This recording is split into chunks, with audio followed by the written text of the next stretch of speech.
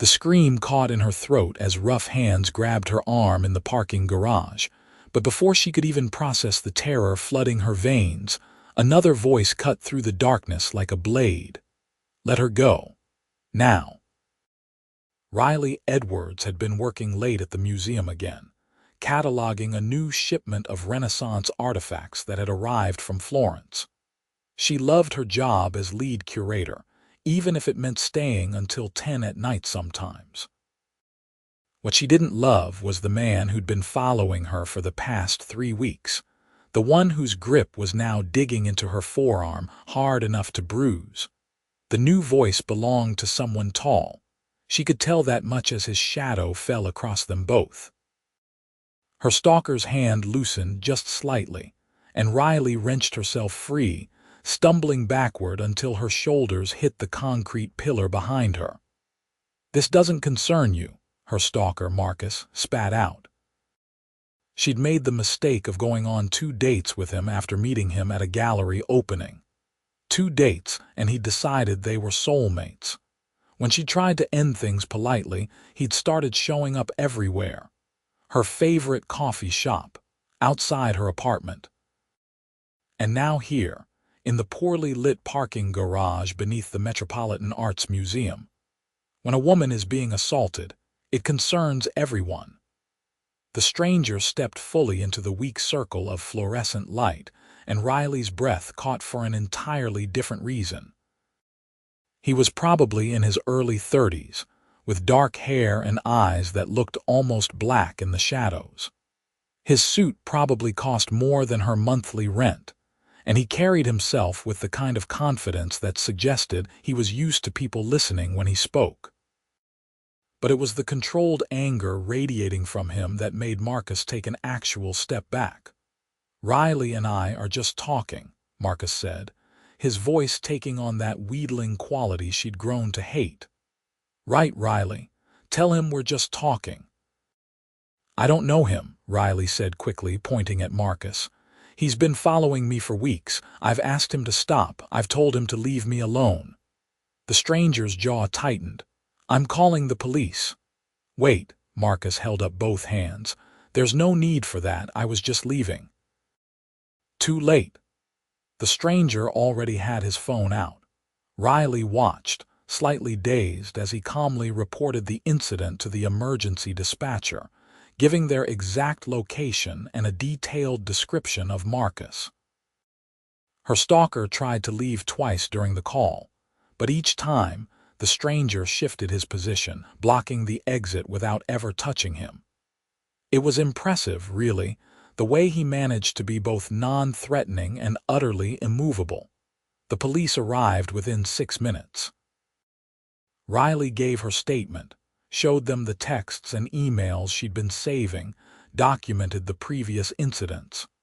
Marcus was arrested for harassment and assault, and through it all, the stranger stayed. He stood slightly behind her, close enough that she could feel his presence like a shield between her and the rest of the world. "Miss Edwards." One of the officers approached her as his partner loaded Marcus into the back of the patrol car. "You'll need to come down to the station tomorrow to file a formal report, and I'd suggest getting a restraining order." "I will, thank you." Her voice sounded steadier than she felt. After the police left, silence fell over the parking garage. Riley turned to face her rescuer properly for the first time. Up close, he was even more striking than she'd initially thought. Sharp features, but not harsh. Strong without being intimidating. And those eyes, which had been so cold while dealing with Marcus, were now looking at her with genuine concern. "Are you hurt?" he asked. Riley glanced down at her arm where Marcus had grabbed her. Red marks were already darkening into bruises shaped like fingerprints. "Nothing serious." "I've had worse." His expression darkened. "This has happened before. Not physical violence, no. But the following, the messages, the showing up at places I never told him about, that's been going on for 3 weeks. She wrapped her arms around herself, suddenly aware of how cold the garage was. Or maybe she was just crashing from the adrenaline. I'm sorry, I haven't even thanked you if you hadn't been here. Don't think about that. His voice was firm but gentle. I'm glad I was working late too. My office is in the building next door, Riley nodded, trying to pull herself together. Well, thank you, really. I'm Riley, by the way, Riley Edwards, Dominic Torres. He extended his hand and she shook it, noting the firm grip and the warmth of his skin. Can I walk you to your car? That was my car. She gestured to her aging Honda, parked 3 spots away. It looked particularly pathetic next to the sleek black Mercedes that was probably his. Then let me follow you home. Make sure you get there safely. Part of Riley wanted to refuse, to insist she was fine and didn't need protecting. But the truth was, she was shaking, and the thought of driving home alone right now made her stomach clench with anxiety. That's really not necessary. You've already done so much. It's not a question of necessity. Dominic's tone was matter-of-fact. Someone just attacked you in a parking garage. You're in shock, even if you don't feel like it yet. And that man knows where you work, which means he probably knows where you live. So I'm going to follow you home, and I'm going to make sure you get inside safely. Okay. There was something about the way he said it, not demanding or controlling, just stating a simple truth that made Riley nod. Okay. The drive to her apartment in the Riverside district took 20 minutes, and true to his word, Dominic's Mercedes stayed 3 car lengths behind her the entire way. When she pulled into her building's parking lot, he pulled in right after her. This time, when he walked her to her door, she didn't protest. "3rd floor, no elevator," she said as they climbed the stairs. "Sorry. I think I'll survive." There was the ghost of a smile in his voice, and Riley found herself relaxing slightly. They reached her apartment and she fumbled with her keys, very aware of him standing just behind her. "You live alone?" Dominic asked. "Yes. Well, I have a cat, Mr. Darcy. He's good company but not much use as a guard cat." She got the door open, and immediately a large orange tabby appeared, winding around her ankles and meowing loudly. "Hey, buddy. Yes, I know I'm late." Dominic crouched down, extending his fingers for Mr. Darcy to sniff. The cat, traitor that he was, immediately began purring and rubbing his face against this stranger's hand. "Pride and Prejudice fan?" Dominic asked, looking up at her. "Jane Austen in general, but yes, Pride and Prejudice is my favorite." Riley dropped her bag on the small table by the door. "Would you like some coffee or tea or something? It's the least I can do." He straightened, and she was struck again by how tall he was. Not intimidatingly so, but enough that she had to tilt her head back to meet his eyes. "I don't need anything, Riley. But I would like to make sure you're actually okay before I leave. I'm fine, really." Even as she said it, her hands started to shake. She clasped them together, trying to hide it, but Dominic noticed. Of course he noticed. "Shock," he said quietly. "Sit down before you fall down." Riley wanted to argue, but her knees did feel a bit unsteady. She sank onto her second-hand couch, and Mr. Darcy immediately jumped into her lap, purring like a small motor. Dominic disappeared into her kitchen without asking, and she heard the sound of her kettle being filled, the click of the stove igniting. He returned a few minutes later with 2 mugs of chamomile tea, apparently having navigated her kitchen with no trouble. "Drink," he ordered, handing her one. "Bossy, aren't you?" But Riley wrapped her hands around the warm ceramic and took a sip. The heat helped, as did the familiar taste. Dominic settled into the armchair across from her, his long legs stretched out in front of him. In her small, eclectic apartment filled with art books and vintage furniture, and the general chaos of her life, he looked completely out of place, like a panther in a garden. But he also looked oddly comfortable, as if he fit into whatever space he occupied simply by virtue of being there. "I'm CEO of Torres International," he said, apparently deciding small talk was over. "We do luxury hotel development and management. My office is in the building next to the museum. I've seen you before, actually. Leaving work, usually around 6 or 7. Riley blinked. "You have?" "A few times over the past couple months. You always look happy, even when you're clearly exhausted. I noticed that." He paused, his expression growing more serious. "I also noticed someone following you about a week ago. Different guy, suit and tie, waiting by the museum entrance. I thought maybe he was your boyfriend or husband, so I didn't say anything. But tonight, when I saw him grab you, I realized I should have trusted my instincts." "You saw him following me a week ago." Riley set down her tea, a chill running through her that had nothing to do with shock. "Dominic, he's been doing this for 3 weeks. The police told me tonight that without proof of an actual threat, there wasn't much they could do before. But if you witnessed him stalking me, that's evidence." Dominic pulled out his phone, tapping at the screen. "I took a photo. That night, something felt wrong about the way he was watching you, so I documented it. Time stamp and everything." He turned the phone toward her, and sure enough, there was Marcus, lurking near the museum's main entrance, his eyes fixed on something out of frame. On her, Riley realized with a sick feeling. "Can you send that to me? I need to give it to the police when I go file the report tomorrow. I'll do better than that. I'll come with you to the station. And I'm going to contact my head of security. His name is Vincent, former Secret Service. He'll know exactly what you need to do to protect yourself, beyond just a restraining order. Dominic, you don't have to do all this." Riley felt overwhelmed by his matter-of-fact generosity. They'd only just met, and he was already reorganizing his day to help her. "I know I don't have to." He met her eyes, and there was something in his gaze that made her heart skip. Not fear, not anymore. Something else entirely. "I want to. That man terrified you tonight. He had his hands on you, and based on what you've told the police, he's been systematically invading your life for weeks." "That's not okay, Riley, and I'm not going to just walk away and hope everything works out." "Why?" The question slipped out before she could stop it. "You don't know me." Dominic was quiet for a moment, considering. "No, I don't, not really. But I know you love your job enough to work late even when you're tired. I know you named your cat after a literary character and filled your apartment with art.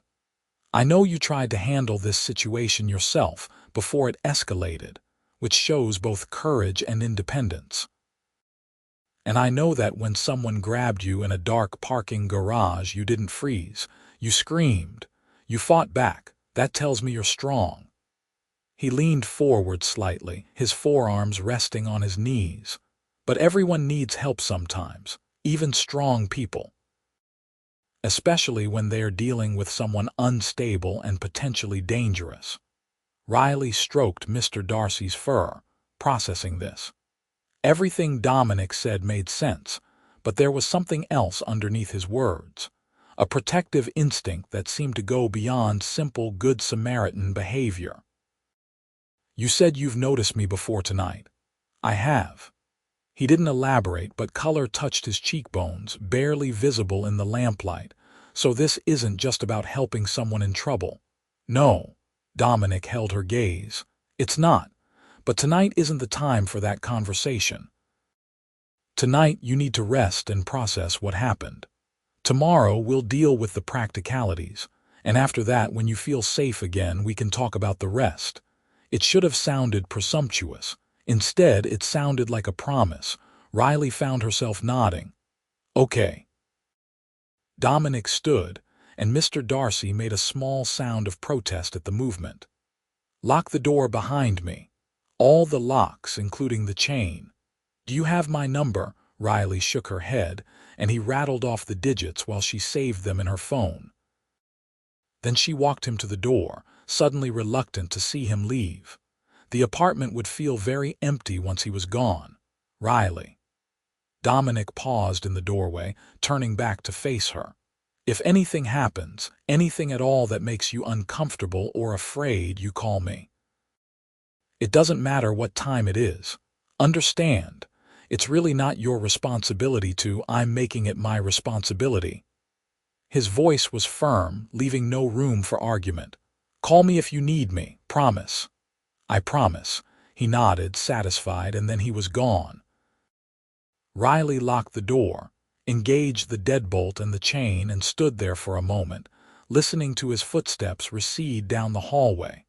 Mr. Darcy wound around her ankles again, and she scooped him up, burying her face in his soft fur. Well, she whispered to the cat. That was the strangest and most terrifying, and somehow nicest evening I've had in a very long time. Mr. Darcy purred his agreement. Riley didn't sleep well that night. Every creak of the building settling, every sound from neighboring apartments made her heart race. She kept thinking about Marcus's face in the parking garage, the anger and obsession she'd seen there. She also kept thinking about Dominic, about the way he'd positioned himself between her and danger without hesitation, about the look in his eyes when he'd told her he'd noticed her before. Morning came slowly. Riley called into work, explaining the situation to her supervisor, who was horrified and immediately granted her the day off. Then she texted Dominic, feeling awkward but remembering her promise. The police want me there at 10. You really don't have to come. His response was immediate. I'll pick you up at 9:30. Gives us time to talk to Vincent first. Riley wanted to argue, but the truth was, having someone with her today sounded infinitely better than facing it all alone. Okay, thank you. She spent the next hour getting ready, taking extra care with her appearance. Not because she was trying to impress anyone, she told herself. Just because looking put together would help her feel more in control. The bruises on her arm had darkened overnight, ugly purple and blue marks that made her stomach turn. She wore a short-sleeved blouse anyway. The police needed to see them. So did anyone else who might question how serious the situation was. At 9:25, her buzzer rang. Riley pressed the intercom button. Hello, it's Dominic. She buzzed him in, then waited by her door, listening to him take the stairs 2 at a time. When she opened the door, he was there, dressed in another impeccable suit, this one charcoal gray with a deep blue tie. He looked like he'd stepped out of a magazine, and Riley felt suddenly self-conscious in her simple blouse and slacks. Good morning, Dominic said, his eyes scanning her face. How did you sleep? Honestly, terribly. There was no point in lying. Every sound made me jump. His jaw tightened. That's going to change. Come on, Vincent is waiting in my car. They headed downstairs, and sure enough, the black Mercedes was idling at the curb. But Dominic opened the back door, revealing a man in his 40s with silver-shot hair and the kind of alert, assessing eyes that missed nothing. Vincent, clearly, Miss Edwards. Vincent extended his hand and Riley shook it, noting the firm, professional grip.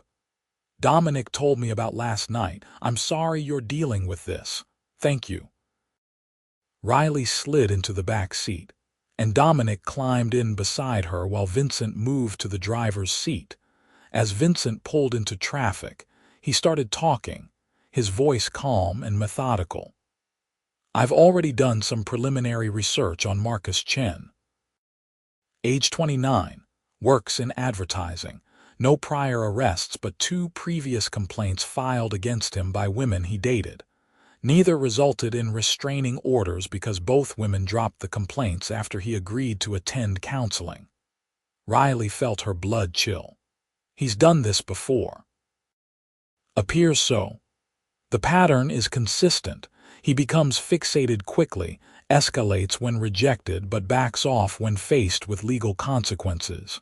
However, Vincent met her eyes in the rearview mirror. The fact that he physically grabbed you last night suggests he's escalating beyond his previous behavior. That makes him more dangerous. What do I do? Riley hated how small her voice sounded. First, you get that restraining order. I've already contacted a lawyer who specializes in this. She'll meet us at the station. Second, you document everything. Every text, email, phone call, every time you see him. Third, you vary your routine. Different coffee shops, different routes to work, different times when possible. Fourth, you consider a security system for your apartment.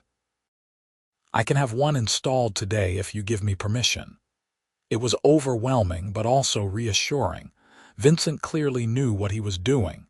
Yes, please. Whatever you think is necessary, good. Vincent nodded approvingly. Dominic also mentioned you might benefit from some personal security for the next few weeks, until we're certain Mr. Chen is complying with the restraining order. Riley glanced at Dominic. Personal security, like a bodyguard. Just someone to keep an eye on things, Dominic said. Vincent has a team of professionals. They're discreet. You probably wouldn't even notice them most of the time. That seems extreme, Miss Edwards. Vincent's tone was respectful but serious. In my 20 years of doing this work, I've learned that when someone shows you who they are, believe them. Marcus Chen showed you last night that he's willing to use physical force. He showed you over the past 3 weeks that he's obsessive and doesn't respect boundaries. Those are significant red flags. Better to have protection and not need it than the reverse. Riley swallowed hard. He was right. She knew he was right. But the thought of needing a bodyguard made the whole situation feel even more real and frightening. Okay, if you think it's necessary. The police station was busy even at 10 in the morning. But Vincent had called ahead, and they were ushered into a private room almost immediately. The lawyer, a sharp-eyed woman named Patricia Monroe, was already waiting. She was probably in her 50s, with gray hair cut in a sleek bob and an air of competence that immediately put Riley at ease. Miss Edwards. Patricia shook her hand. Let's get you protected. The next 2 hours were exhausting. Riley gave her statement again, this time in exhaustive detail. She provided the texts and emails Marcus had sent, the screenshots of his social media posts that referenced her without naming her directly, the list of places he'd shown up uninvited. Dominic provided his photo evidence and his own statement as a witness to both the stalking and the assault. Patricia worked her legal magic, cutting through red tape and expediting processes that normally took days. By noon, Riley had a temporary restraining order. Marcus was not allowed within 500 feet of her, her home, or her workplace. He was not allowed to contact her in any way.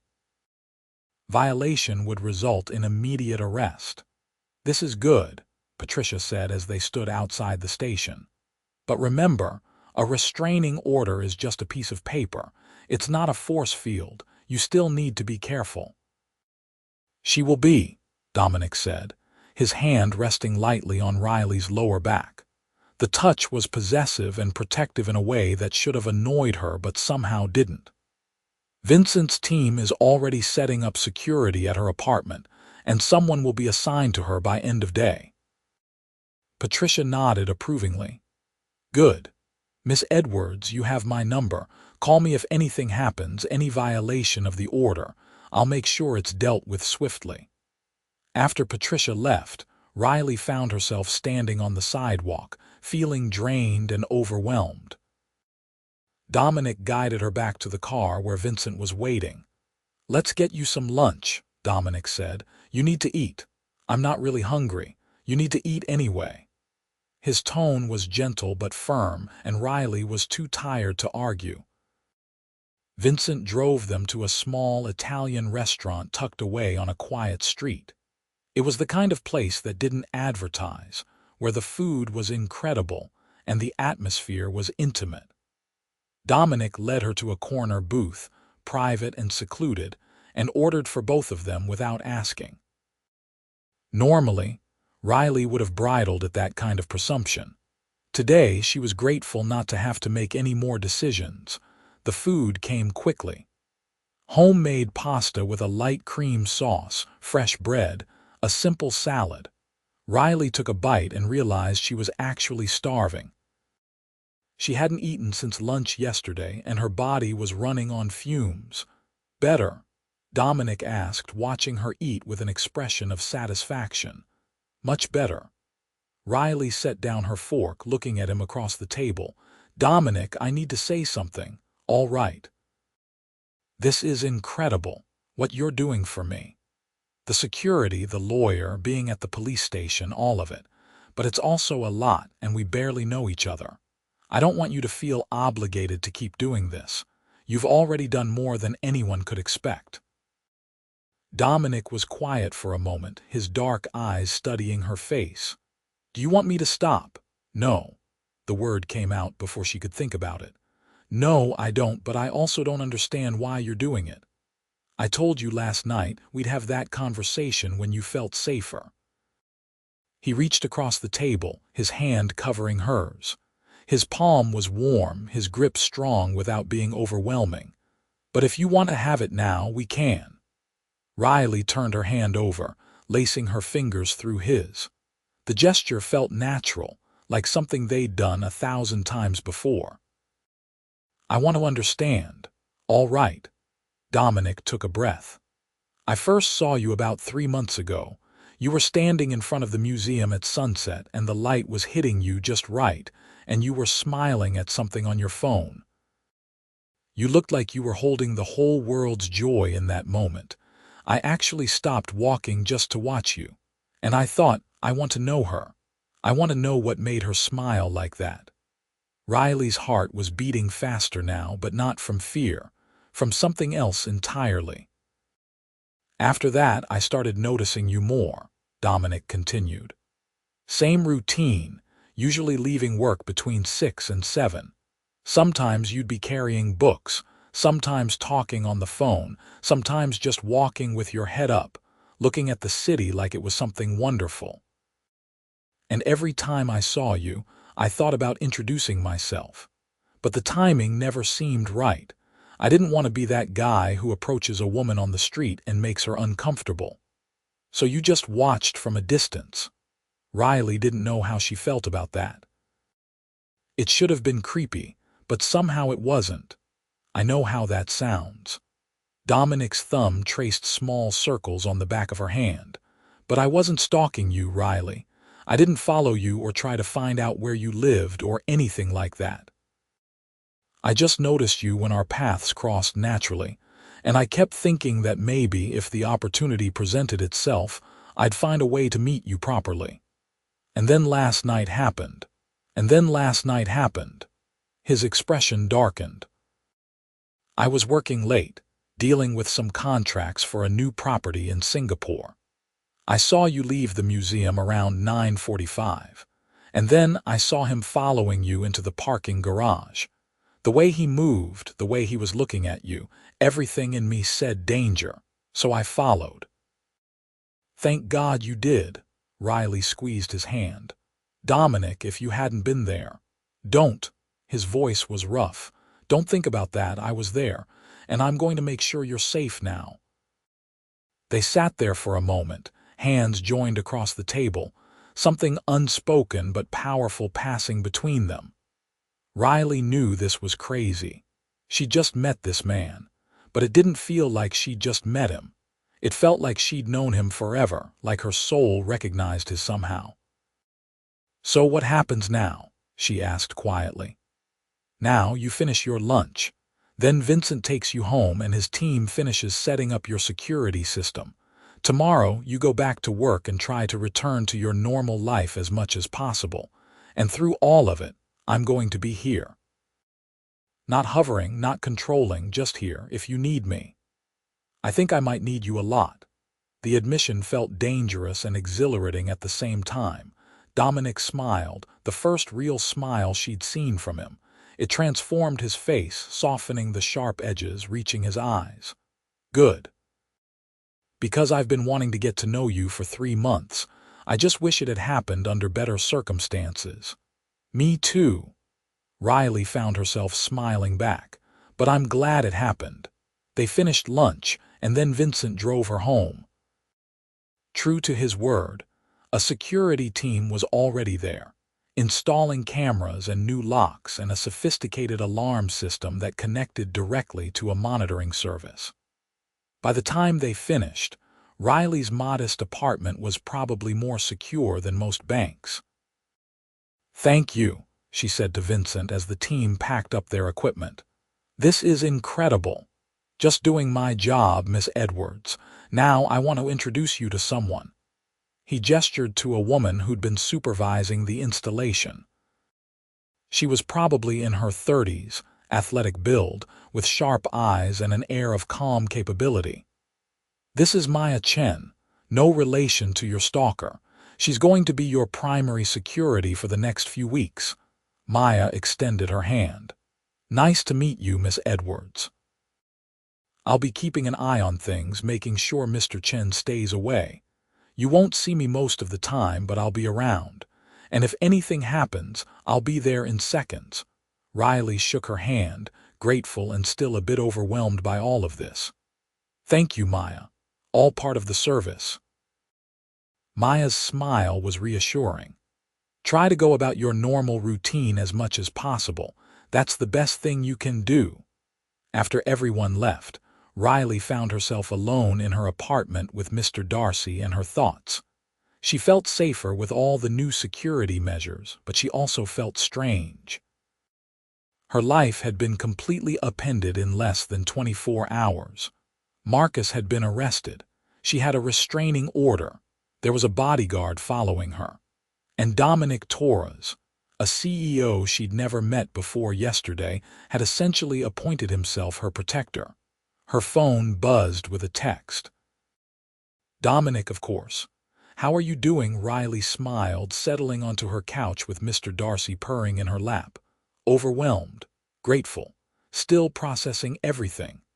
"How are you? Wishing I was there to see you smile when you read my text." She laughed out loud at that. "How do you know I'm smiling?" "Because I'm getting to know you. And I think you smile more than you realize." Riley found herself grinning at her phone like a teenager. "You're very presumptuous, you know that. I prefer confident. There's a difference." They texted back and forth for the next hour, the conversation flowing naturally from serious topics to silly ones. Riley learned that Dominic had built Torres International from the ground up, starting with a single boutique hotel in Miami 10 years ago, and expanding to luxury properties in 15 countries. He learned that she'd wanted to be a curator since she was 8 years old, and had spent a summer in Florence during college that had cemented her love of Renaissance art. As the sun set, Riley made herself dinner, still texting with Dominic intermittently. It felt good, normal even, despite everything else. And when she finally went to bed that night, she slept better than she had the night before, knowing that Maya was outside watching, that Vincent's security system was monitoring every entrance, and that Dominic was just a phone call away if she needed him. The next morning, Riley returned to work. Her supervisor, Helen, pulled her aside immediately. "Are you sure you're ready to be back? You can take more time if you need it." "I'm sure," Riley said. "I need the distraction, honestly, and I can't let Marcus control my life. This job is too important to me." Helen studied her face, then nodded. "All right, but if you need anything at all, you let me know. We've also alerted building security about the situation and the restraining order. Marcus Chen is not allowed on the premises." "Thank you, Helen. Really." Riley threw herself into work, losing herself in the Renaissance artifacts that still needed cataloging. She was examining a beautiful illuminated manuscript when her phone buzzed. "Lunch?" Dominic's text read, "I'm working. Rain check. I'm in the museum lobby. Take a break." Riley's heart did a little flip. "You're here. I had a meeting nearby." Total coincidence. She didn't believe that for a second, but she also didn't care. She saved her work, told her assistant where she'd be, and headed down to the lobby.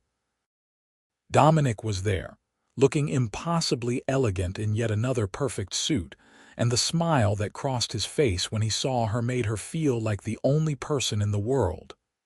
"Hi," she said, suddenly shy. "Hi yourself." His eyes traveled over her face as if checking to make sure she was really okay. "How's your first day back?" "Good. Busy, distracting in the best way." Riley gestured toward the museum's cafe. "We could grab something quick here if you want. I don't have long." "Perfect." They got sandwiches and coffee and found a quiet table tucked away from the main foot traffic. Riley bit into her sandwich, suddenly ravenous again. "I'm starting to think you're secretly making sure I eat regularly." "Is it working?" "Apparently." She smiled at him over her coffee cup. "So, a meeting nearby." Dominic had the grace to look slightly sheepish. "All right, full disclosure. I moved some things around so I could check on you. I wanted to make sure your first day back was going okay." "That's sweet." And it was, even if it was also a bit overprotective. But after everything, Riley found she didn't mind. It felt nice to have someone looking out for her. "Everything is fine. No sign of Marcus, and I've been too focused on work to think about it much." "Good." Dominic reached across the table, taking her hand in his. The gesture was becoming familiar now, natural. "Have dinner with me tonight." It wasn't a question, but it also wasn't a demand. Riley considered, her thumb tracing along his fingers. "Like a date." "Exactly like a date. I want to take you somewhere nice, wine and dine you properly, get to know you without all the crisis and fear hanging over us." "What if it's too soon?" Riley asked. "I mean, we met 3 days ago under pretty traumatic circumstances. Maybe we should wait until things settle down. Or maybe we shouldn't waste any more time." Dominic's eyes were intense, holding hers. "Riley, I've been wanting to know you for months. I finally have the chance. And unless you don't feel the same way, unless this is just gratitude on your part, I don't want to wait." "It's not just gratitude."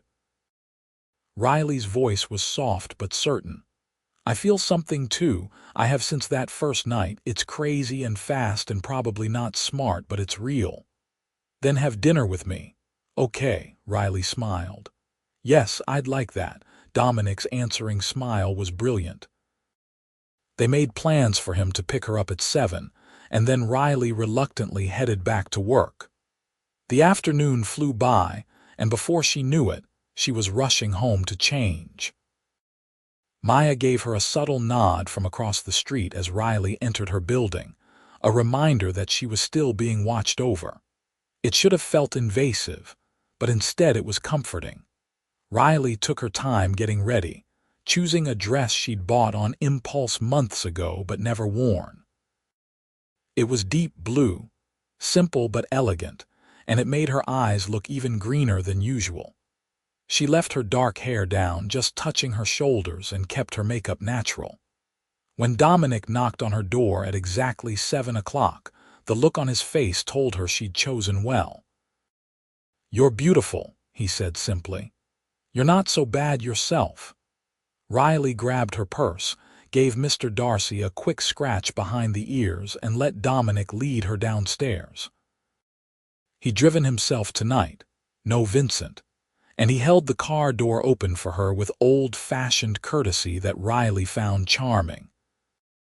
They drove through the city as the sun set, painting the sky in shades of orange and pink, and pulled up in front of an elegant French restaurant that Riley had always wanted to try but never quite justified the expense. "Dominic, this place is incredibly expensive," she said as the valet took his keys. "I know, I own it." Riley blinked. "You own it? Torres International has a hospitality division. We don't just do hotels." He placed his hand on the small of her back, guiding her toward the entrance. "Don't worry about the cost. Just enjoy yourself." The meal was incredible.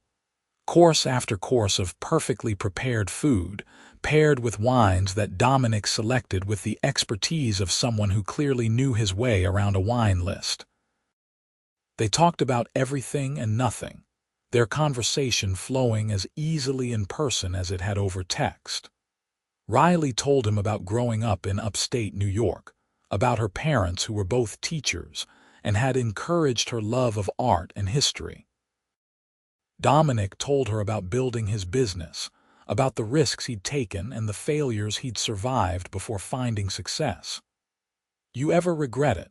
Riley asked as dessert arrived, a delicate chocolate creation that looked almost too pretty to eat. "The amount of work it must take, running an international company." "Sometimes," Dominic admitted. "There are days when I'm in back-to-back meetings for 12 hours and I think about what it would be like to have a simpler life. But then, I remember why I started. I wanted to create something beautiful, something that gave people experiences they'd remember forever. Every hotel, every restaurant, every property we develop is about creating moments of perfection. That matters to me. That's how I feel about the museum," Riley said. "Every artifact we display, every exhibition we curate, it's about connecting people to history and beauty and human creativity. It's not just objects and cases, it's stories." Dominic reached across the table, lacing his fingers through hers. "See, this is why I wanted to know you. You understand. You get that work isn't just about making money or filling time. It's about purpose. And you saw all that just from watching me smile outside a museum." Riley was teasing, but she was also genuinely curious. "I saw someone who loved what she did. That's rare and precious." He lifted her hand, pressing a kiss to her knuckles. The gesture sent warmth flooding through her entire body. "And I wanted to know what else made you smile like that." They lingered over coffee, neither wanting the evening to end. But eventually they had to leave, and Dominic drove her home through streets now dark and quiet. When they reached her building, he walked her upstairs, his hand in hers. At her door, Riley turned to face him, suddenly nervous. "I had a really wonderful time tonight." "So did I." Dominic reached up, tucking a strand of hair behind her ear. His fingers lingered on her cheek and Riley found herself leaning into the touch. "Can I see you again tomorrow? You're going to spoil me at this rate," she said softly. "That's the idea." His thumb traced along her jaw. "I'm not good at taking things slow, Riley. When I know what I want, I go after it, and I want you. But if this is too fast, if you need space, tell me. I'll back off." "Don't back off." Riley surprised herself with how certain she sounded. "This is fast and it's probably crazy, but I don't want you to back off." Dominic's eyes darkened. "Good." He leaned in slowly, giving her every chance to pull away, but Riley didn't move. When his lips met hers, it was gentle and perfect and full of promise. Riley's hands came up to rest on his chest, feeling his heart beating fast under her palms. The kiss deepened, and she felt herself melting into him, into this moment, into whatever this thing between them was becoming. When they finally broke apart, both breathing harder, Dominic rested his forehead against hers. "I should go before I forget I'm trying to be a gentleman." Riley laughed softly. "Probably wise." He kissed her again, quick and sweet, and then stepped back. "Lock your door, sleep well. Text me when you wake up." "Bossy," she said again, but she was smiling. "Confident," he corrected, echoing their earlier conversation. "There's a difference."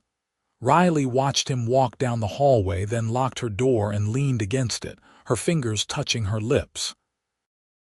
Mr. Darcy appeared, meowing his opinion on her late night, and she scooped him up. "I think I'm falling for him," she whispered to the cat. "Is that crazy?" "It's crazy, right?" Mr. Darcy purred, which she chose to interpret as approval. The next few weeks fell into a pattern. Riley worked at the museum during the day, throwing herself into the new exhibition they were preparing for summer. Dominic had his own schedule of meetings and business dealings, but he made time for her every single day. Lunch when their schedules aligned, dinner several times a week, coffee in the morning before work, late-night phone calls when they couldn't see each other in person. They were careful about her safety. Riley varied her routine, never going to the same coffee shop 2 days in a row, taking different routes home. Maya remained a constant, quiet presence in the background, and Marcus, for his part, seemed to be complying with the restraining order. There had been no contact, no sightings, no violations.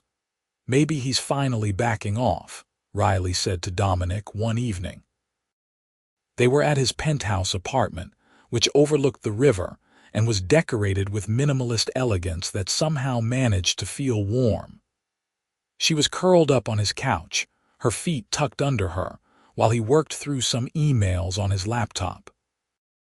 "Maybe," Dominic said, though he didn't sound convinced. "But we're keeping the security in place for now. Vincent says it usually takes a couple months for these situations to really settle." Riley nodded, accepting this.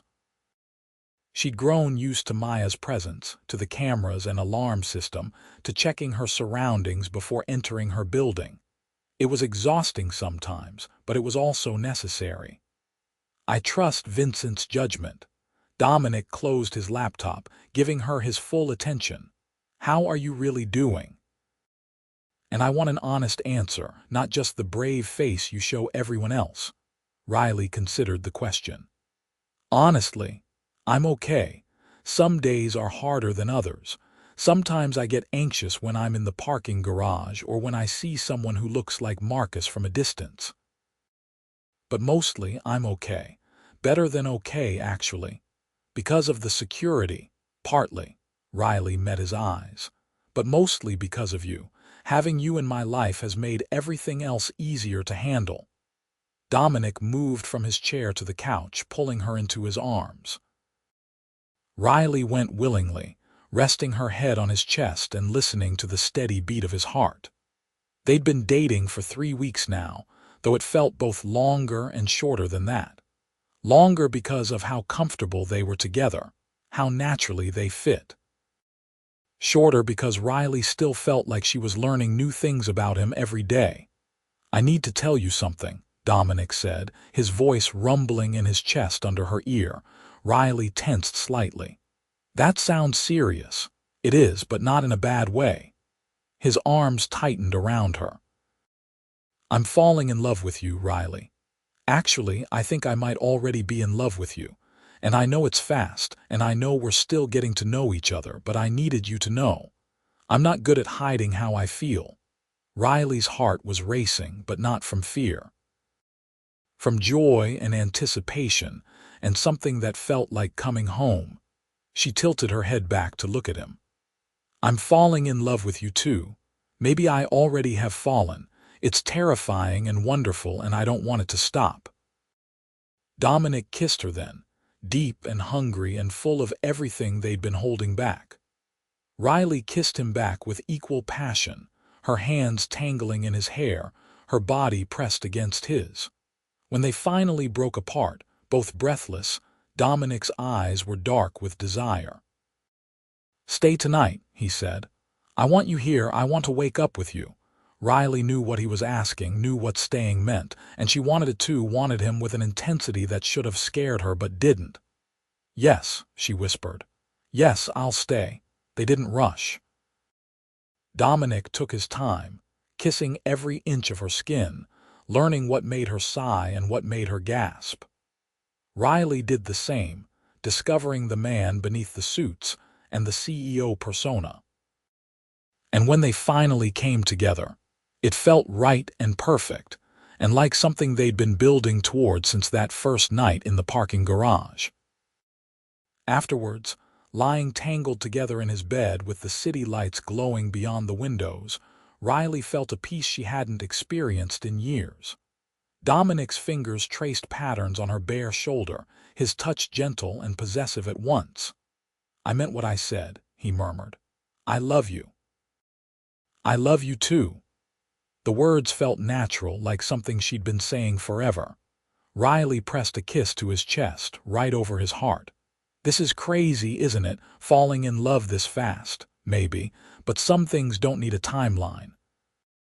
Dominic tilted her chin up so he could look into her eyes.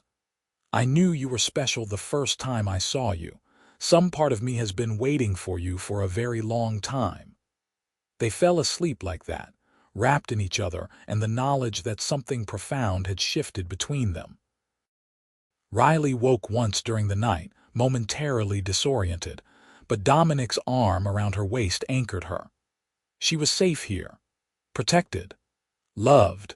The next morning, Riley woke to sunlight streaming through the floor-to-ceiling windows and the smell of coffee. She found Dominic in the kitchen, wearing pajama pants and nothing else, looking completely different from the polished CEO she usually saw. More human somehow. More hers. "Morning," he said, handing her a cup of coffee fixed exactly how she liked it. "How did you sleep?" "Perfectly." Riley accepted the coffee gratefully, taking a long sip. "I need to go home and change before work, though, and feed Mr. Darcy. He's probably plotting my demise as we speak. I already texted Maya. She's going to feed him." At Riley's surprised look, Dominic shrugged. "I gave her a key to your place for emergencies. Hope that's okay." It should have bothered her, that presumption of intimacy and access. Instead, Riley found it touching that he'd thought about her cat. "That's very okay, thank you." They had breakfast together, comfortable in a way that spoke of mornings to come, and then Dominic drove her home. He kissed her thoroughly before she got out of the car, earning them an amused look from Maya, who was parked across the street. "I'll see you tonight?" Dominic asked. "You better." Riley kissed him again, then forced herself to exit the car. She had work to do, a life to live. But now that life included Dominic Torres, and everything felt brighter because of it. The museum was buzzing when Riley arrived. Helen caught her in the hallway, her expression excited. "Riley, you're not going to believe this. We just got a call from the Torres Foundation. They want to sponsor our Renaissance exhibition. Full funding plus a donation to our acquisition fund. It's huge." Riley's stomach dropped. Torres Foundation. Dominic's foundation. How much are we talking? $500,000. Helen was practically vibrating with excitement. "This could be the biggest thing to happen to our department in years. You should be the one to handle the liaison work, since you're curating the exhibition." Riley nodded, her mind racing. She needed to talk to Dominic. This was too much, too coincidental. When she got a chance, she ducked into her office and called him. "Hi," he answered on the second ring. "Miss me already? Did you donate $500,000 to my museum?" Riley asked without preamble, silence on the other end. Then, carefully, "The Torres Foundation makes donations to cultural institutions all over the country. It's part of our mission." Dominic. "All right, yes. I suggested to the foundation board that the museum would be a good recipient for this year's art and culture grant." "But Riley, I didn't do it because of you." "Well, not entirely. Your museum does incredible work, and the Renaissance exhibition you're planning sounds amazing. It's a legitimate use of foundation funds." Riley rubbed her temples. "It looks like favoritism. Like you're trying to buy influence or impress me or something." "I'm not trying to buy anything." Dominic's voice was firm. "If it makes you uncomfortable, I can have the foundation redirect the grant somewhere else. But I genuinely think your museum deserves the support." Riley thought about it. He was right that the museum did deserve it, that the work they did was important and chronically underfunded. And the Torres Foundation had a reputation for supporting legitimate causes, not just vanity projects. "Okay. But from now on, I need you to tell me if you're planning anything that affects my work. No surprises. Deal? I'm sorry, I should have thought about how it would look from your perspective." They talked for a few more minutes, smoothing over the awkwardness, and by the time Riley hung up, she felt better. This was going to be an adjustment, dating someone with the resources and influence Dominic had. But they'd figure it out together. The weeks continued to pass. Riley's exhibition came together beautifully. The new funding allowing them to bring in pieces from private collections they normally couldn't afford. Dominic's business continued to expand, and Riley attended her first formal event with him, a charity gala where she met other CEOs and business leaders and realized that Dominic wasn't just wealthy, he was seriously wealthy. Billionaire level, according to the program that listed the largest donors. "You never told me exactly how successful Torres International is," Riley said as they danced together, surrounded by other couples in formal wear. "You never asked." Dominic pulled her closer, his hand warm on her back. "Does it matter? No." And that was the truth. She loved him for who he was, not what he had. But it was still an adjustment, realizing the scope of his world. It's just a lot to process sometimes. "I'm still just me," Dominic said quietly. "The guy who couldn't work up the nerve to introduce himself outside a museum. The guy who wants nothing more than to spend every possible moment with you. That hasn't changed." Riley looked up at him, at the sincerity in his dark eyes, and felt her heart swell. "I know. I love you. I love you too." He kissed her there on the dance floor, not caring who was watching, and Riley felt like the luckiest woman alive. It was 2 months after the parking garage incident when things went wrong. Riley had relaxed her guard somewhat, had grown comfortable in her routines again. Maya was still around, but less obviously so, and the constant vigilance had faded to background awareness.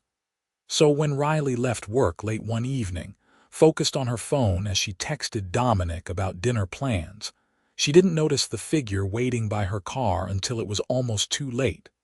Riley. She looked up and her blood turned to ice. Marcus was standing 3 feet away, looking gaunt and wild-eyed. He'd lost weight, grown a beard, and there was something unstable in his expression that terrified her more than anything had before. "Marcus." Riley's voice was surprisingly steady. "You're violating the restraining order. You need to leave. I just want to talk." He took a step toward her and Riley instinctively stepped back. "Just 5 minutes, that's all I'm asking. 5 minutes to explain." "No." Riley fumbled for her phone, trying to dial without looking away from Marcus. "I'm calling the police." "Don't." Marcus's voice rose and Riley saw something flash in his hand. A knife. He had a knife. "Please, Riley, just listen to me. I love you. I know you don't see it yet, but we're meant to be together. If you just give me a chance, put down the knife, Marcus." A new voice, calm and controlled. Maya, emerging from behind a pillar. She had her gun drawn, pointed at Marcus with steady hands. "Put it down now and step away from her." Marcus's eyes darted between them, wild and desperate. "No, no, you don't understand. She's mine. She's supposed to be mine. I'm not yours." Riley's voice was shaking now, but she forced the words out. "I never was. You need help, Marcus. Please put down the knife and get help." For a moment, Riley thought he might actually do it. His hand wavered, uncertainty crossing his face. But then headlights swept across the garage as another car entered, and the sudden light and movement triggered something in Marcus. He lunged forward, knife raised, and Riley screamed. Maya moved like lightning, closing the distance between them. There was a sharp crack of gunfire, and Marcus crumpled to the ground, clutching his shoulder and howling in pain. Maya kicked the knife away, then radioed for backup and medical assistance, all while keeping her gun trained on Marcus. Riley stood frozen, trembling uncontrollably. It had happened so fast. If Maya hadn't been there, if she'd been even seconds slower, that knife could have killed her. The reality of it crashed over Riley in waves and her knees gave out. She sank to the cold concrete, barely aware of Maya barking orders into her radio or the sound of approaching sirens. Riley. Dominic's voice, rough with fear and anger. Strong hands gripped her shoulders, turned her to face him. "Riley, look at me. Are you hurt?" She shook her head, unable to speak. Dominic pulled her into his arms, holding her so tightly she could barely breathe, and Riley clung to him as reaction set in. She was crying, great heaving sobs that tore from her chest, and Dominic just held her, murmuring reassurances against her hair. The police arrived, then paramedics. Marcus was loaded into an ambulance under guard, his shoulder wound serious but not life-threatening. Maya gave her statement with professional efficiency, and Riley stumbled through hers, Dominic's arm around her waist the entire time.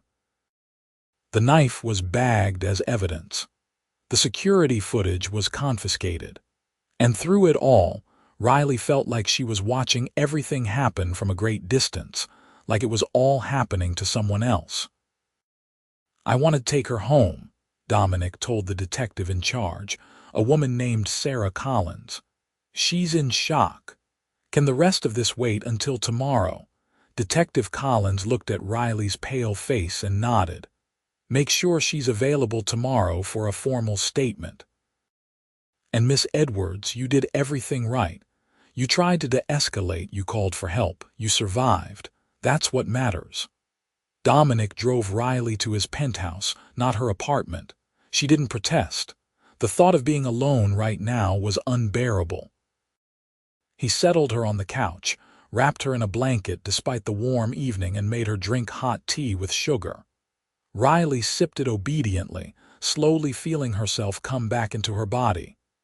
"He had a knife," she said finally, her voice hoarse from crying. "He was going to kill me." "But he didn't." Dominic took the mug from her shaking hands and set it aside, then pulled her into his lap, cradling her against his chest. Maya stopped him. "You're safe. I thought I was getting better. I thought it was over." Fresh tears spilled down Riley's cheeks. 2 months and I'd started to relax, to feel normal again. And then he just showed up with a knife, like the restraining order meant nothing. I know, love." Dominic rocked her gently. "But it really is over now." Marcus violated the restraining order, committed assault with a deadly weapon. "He'll go to prison, Riley. He won't be able to hurt you again." Riley wanted to believe that. She needed to believe that. But right now, she just felt shattered and exhausted and scared in a way that went bone deep. She burrowed closer to Dominic, seeking the warmth and safety of his arms, and eventually cried herself into an uneasy sleep. She woke the next morning to find Dominic watching her, his eyes dark with concern. "How are you feeling?" "Like I got hit by a truck." Riley's voice was raspy, her eyes swollen from crying. "But alive. That's all that matters." Dominic brushed hair back from her face with gentle fingers. "I called your supervisor, explained what happened. You're taking the rest of the week off." Riley wanted to argue, but she didn't have the energy. "Okay." The next few days were difficult. Riley gave her formal statement to the police, reliving those terrifying moments in excruciating detail. She learned that Marcus would indeed be facing serious charges, including felony stalking, violation of a protective order, and assault with a deadly weapon. His bail was set astronomically high, and he was remanded to custody pending trial. "It's over," Patricia Monroe told her when she called with the update. "This time, it's really over. Marcus Chen will be in prison for years." Riley knew she should feel relieved, but mostly she just felt numb. The trauma had reopened all the wounds she'd thought were healing, and now she was back to jumping at shadows, unable to sleep without nightmares, constantly on edge. Dominic was endlessly patient. He rearranged his schedule to spend more time with her. He held her when she cried, listened when she needed to talk, gave her space when she needed silence. He suggested a therapist, someone who specialized in trauma, and Riley started sessions twice a week. Slowly, incrementally, she began to heal again. It was Vincent who finally helped her turn a corner. He came to visit her at Dominic's penthouse 3 weeks after the attack, his expression serious. "Miss Edwards, I wanted to apologize," he said without preamble. Riley blinked in surprise. "Apologize? For what?" "Maya saved my life. We should have caught him sooner. We knew he was unstable, knew he was escalating. I should have had more people on you, should have been more vigilant." Vincent's jaw was tight. "You were hurt because I didn't do my job well enough." "Vincent, no." Riley stood, crossing to where he sat in Dominic's living room. "You did everything right. You set up security, you had Maya watching me, you followed all the protocols. Marcus was just determined. That's not your fault, and it's not mine, it's his." Vincent studied her face, then nodded slowly. "You're right. But I wanted you to know that I take what happened seriously, and it won't happen again." After Vincent left, Riley found herself thinking about his words.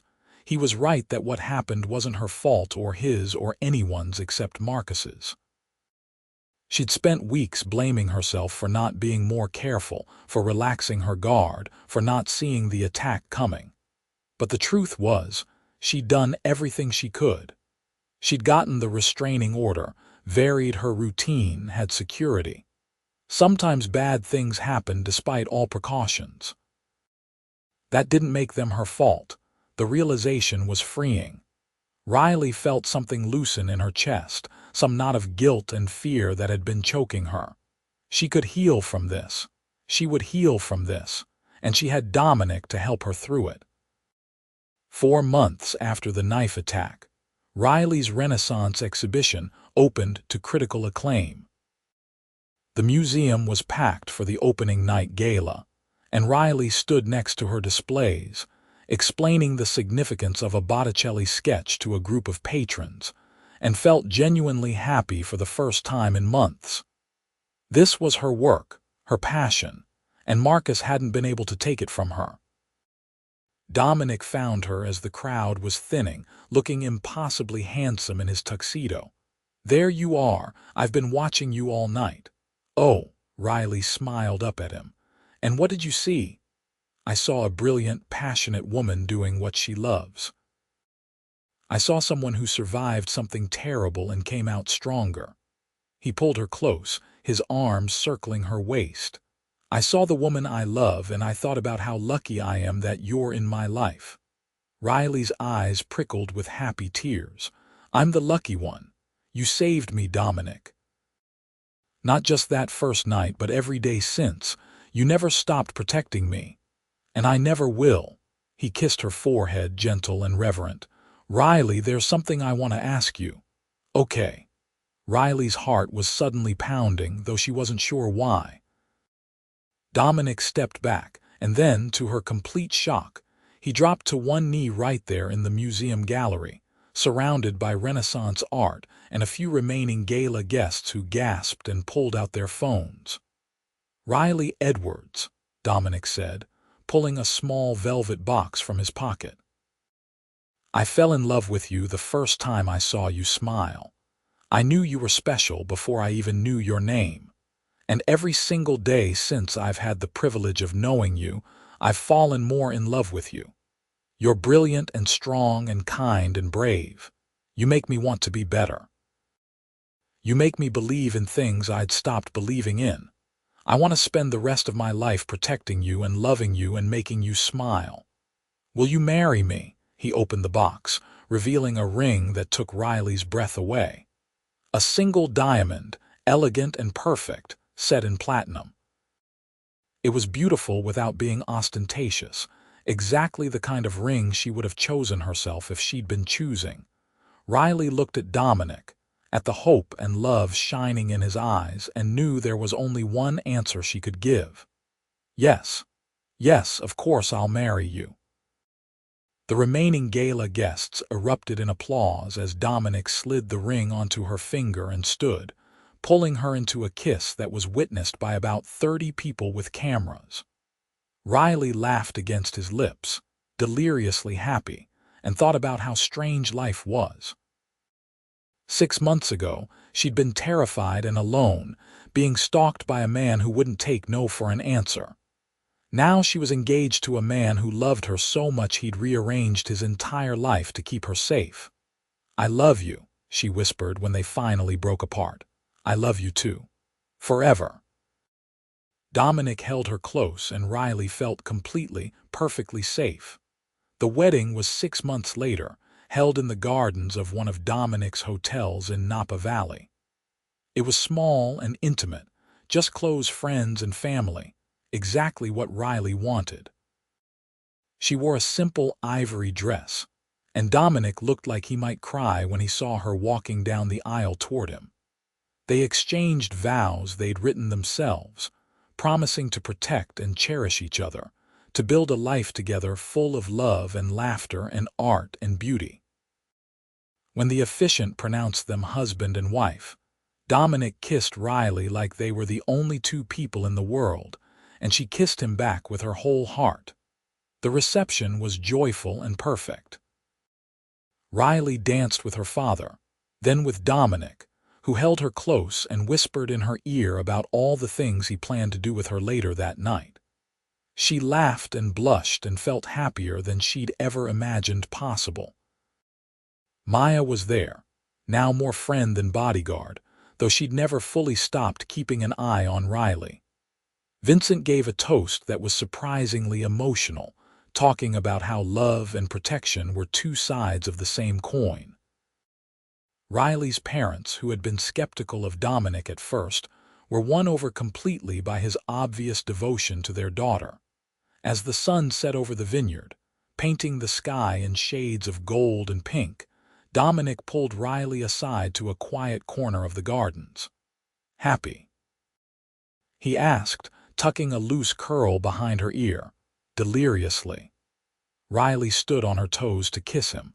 "Thank you for never stopping, for protecting me and loving me and believing in us even when things were hard."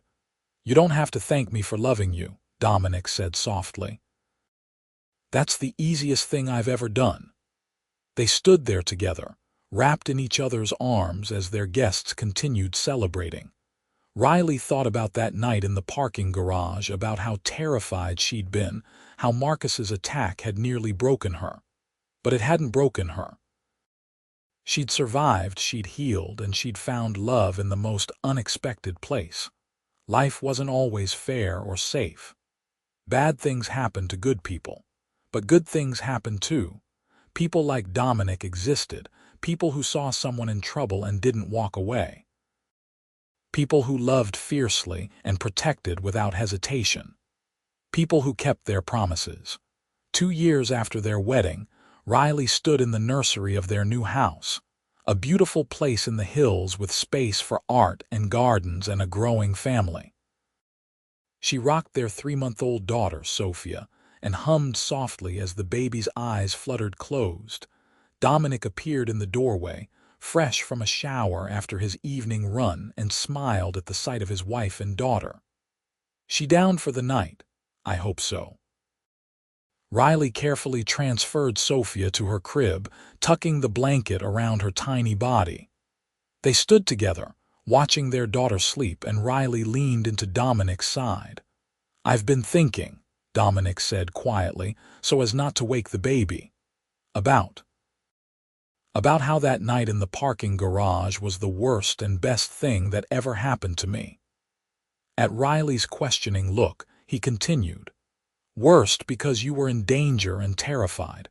Best because it finally gave me a reason to talk to you, because it started us."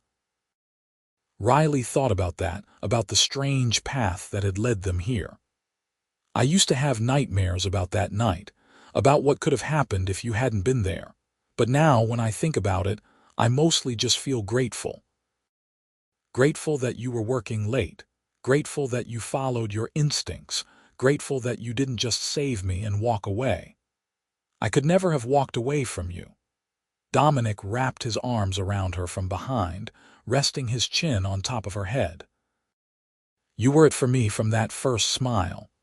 Everything after that was just me trying to prove to you what I already knew." They stood there for a while, watching their daughter sleep, comfortable in the silence.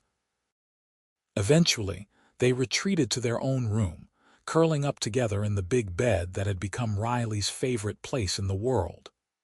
Dominic's arms around her, his steady heartbeat under her ear, the knowledge that she was loved and protected and cherished beyond measure. "Tell me something," Riley said sleepily. "Anything. If you could go back and do it all differently, would you? Would you have introduced yourself outside the museum instead of waiting?" Dominic was quiet for a moment, considering. "No, I don't think I would. Because as terrible as what you went through was, it also showed me who you really are. Your strength, your courage, your resilience.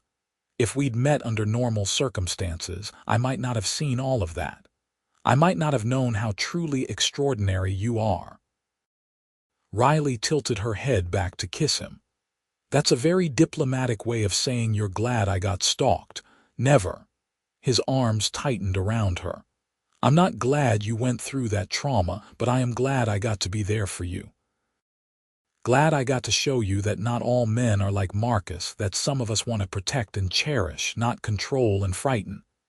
You did show me that. You show me every day." Riley snuggled closer. "I love you, Dominic Torres. I love you too, Riley Torres. Forever."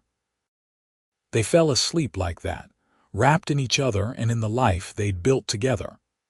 A life that had started with fear and violence, but had transformed into something beautiful.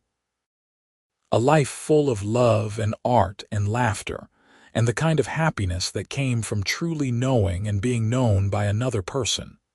Outside, the city lights twinkled in the distance.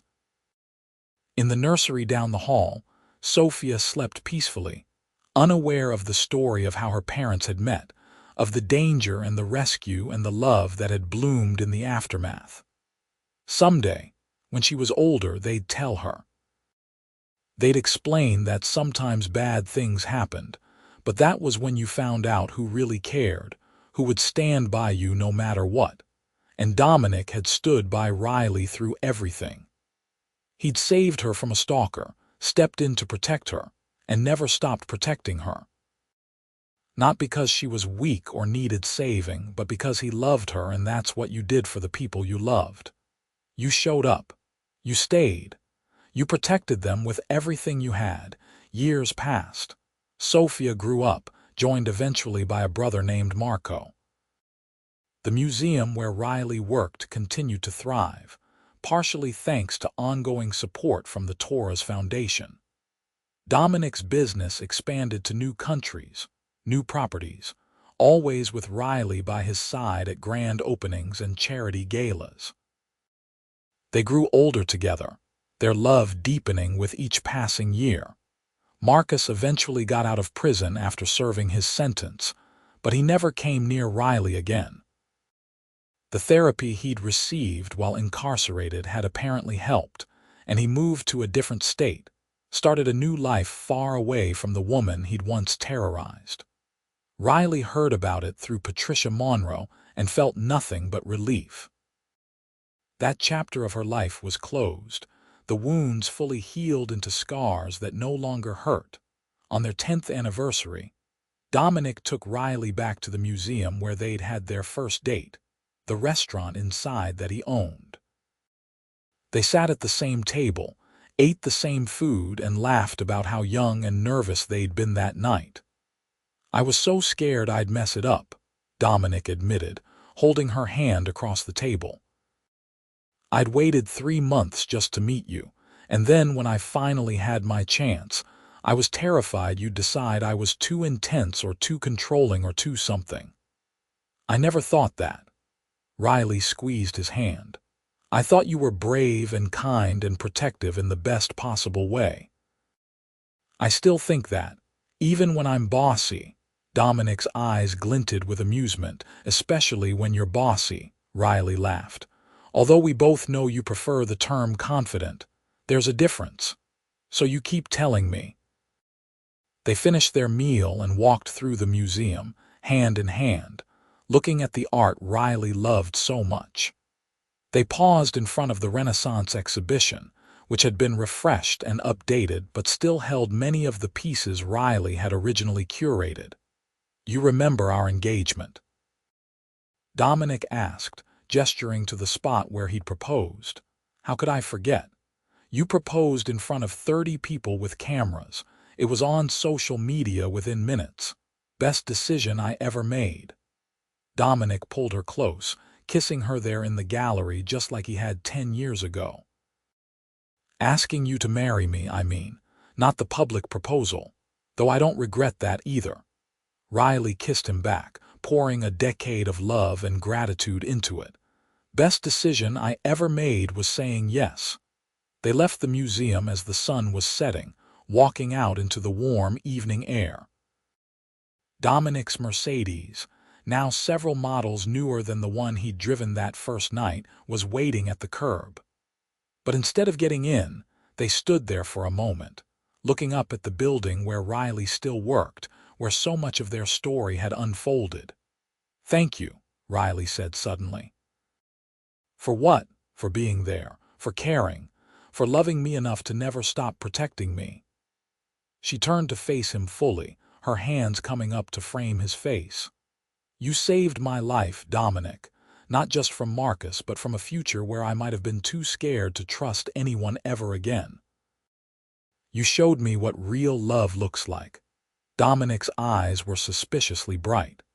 "You saved me too, you know. I was so focused on work, on building the business, on achieving the next goal.